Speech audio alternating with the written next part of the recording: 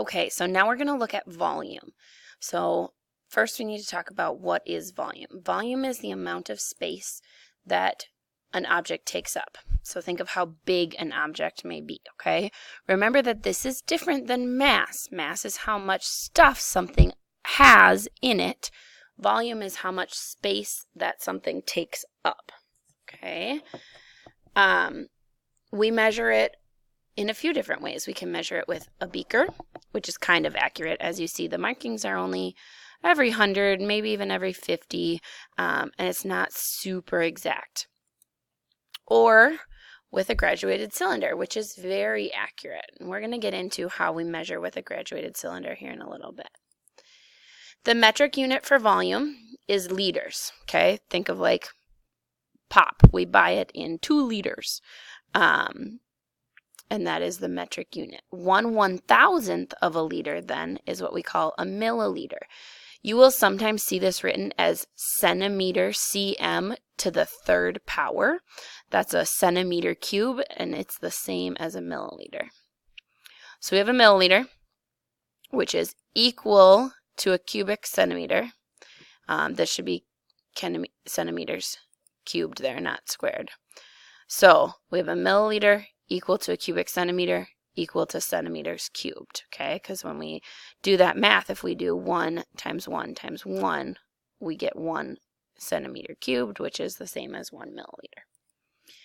When we're measuring volumes of liquids, we're always going to use a graduated cylinder to measure. Why? It's most accurate.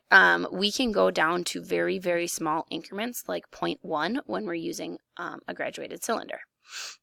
We want to make sure we're measuring from the meniscus. Now that's a kind of goofy word. You may have heard it in association with your knee. Your knee has a meniscus in it.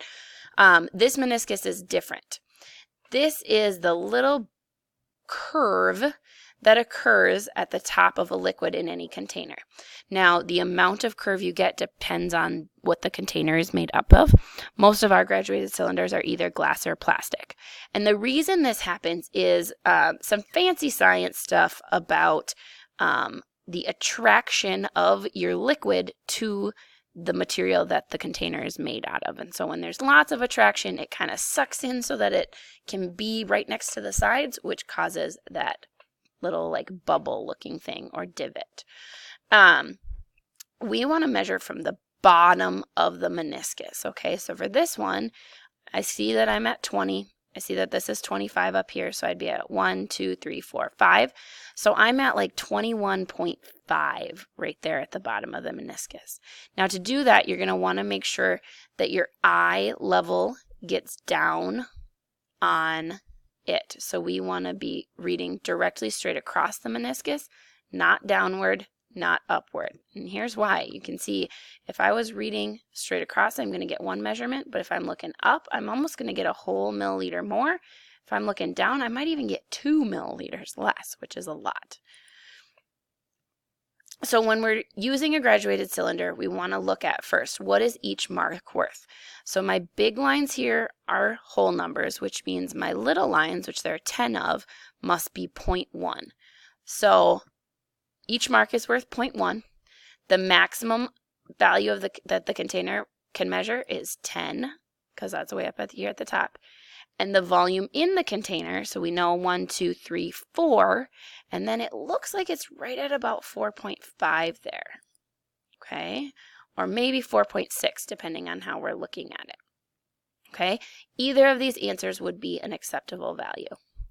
Let's do it again. Here, each of my big marks is 10, and there's only 5 markings here, 5 sections. So that means that each of my marks is actually only worth 2 milliliters. The maximum volume that the container can hold is 100 milliliters. And the volume of this container, so if I'm at 70 here, 72, 74, we could probably say 74 or maybe even 76, depending on how you're looking at it. One more time. Here, our big lines, even though they're only marked every 10, they're actually every 5, right? This is 5, this is 10, which means that these small markings in between are every 1 milliliter.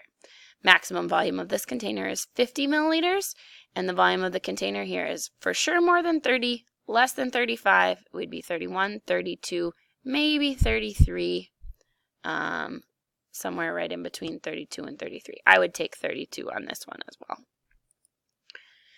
Now, it's easy to measure volumes of liquids in a graduated cylinder, but what do we do about solids? Okay, if we were going to measure the volume of a regular object, so that is an object that is cube-shaped, has flat faces and precise edges, something like a block.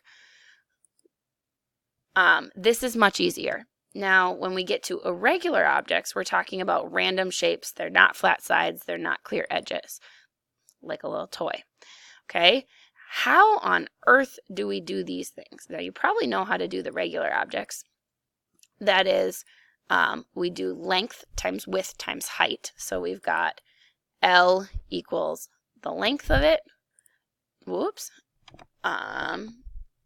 W equals the width, and H equals the height. Okay, we'd multiply those together and we'd get our volume. Now, if we're doing irregular objects, we use something called water displacement. So there's a person in a bathtub. Here's what I want you to think about here. Have you ever taken a bath and you fill the bathtub up, and then when you get in, it's way higher water level? That's because your body's volume took up some of that space and had to what we call displace or move out the water.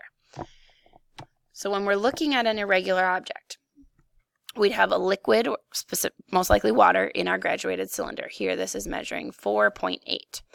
Then we add our irregular object in there, and the amount that it went up is the volume of our irregular object. Okay, so here we went up from this line right below the 5. Each line is 0.2, so 0.2, 0.4, 0.6, 0.8 would be the volume of our little dinosaur. Okay, if we're looking at this one, then I'm starting at 30 and it goes up to 40. So what is the volume of that rock? It would have to be 10 milliliters. Okay, so for the steps of water displacement, we first want to measure the amount of water in the graduated cylinder, GC is graduated cylinder, before placing the object in. Then we want to place the irregular object into the water, measure the combined volume by reading the new meniscus, and then subtract the original from the combined to determine the volume of the irregular object.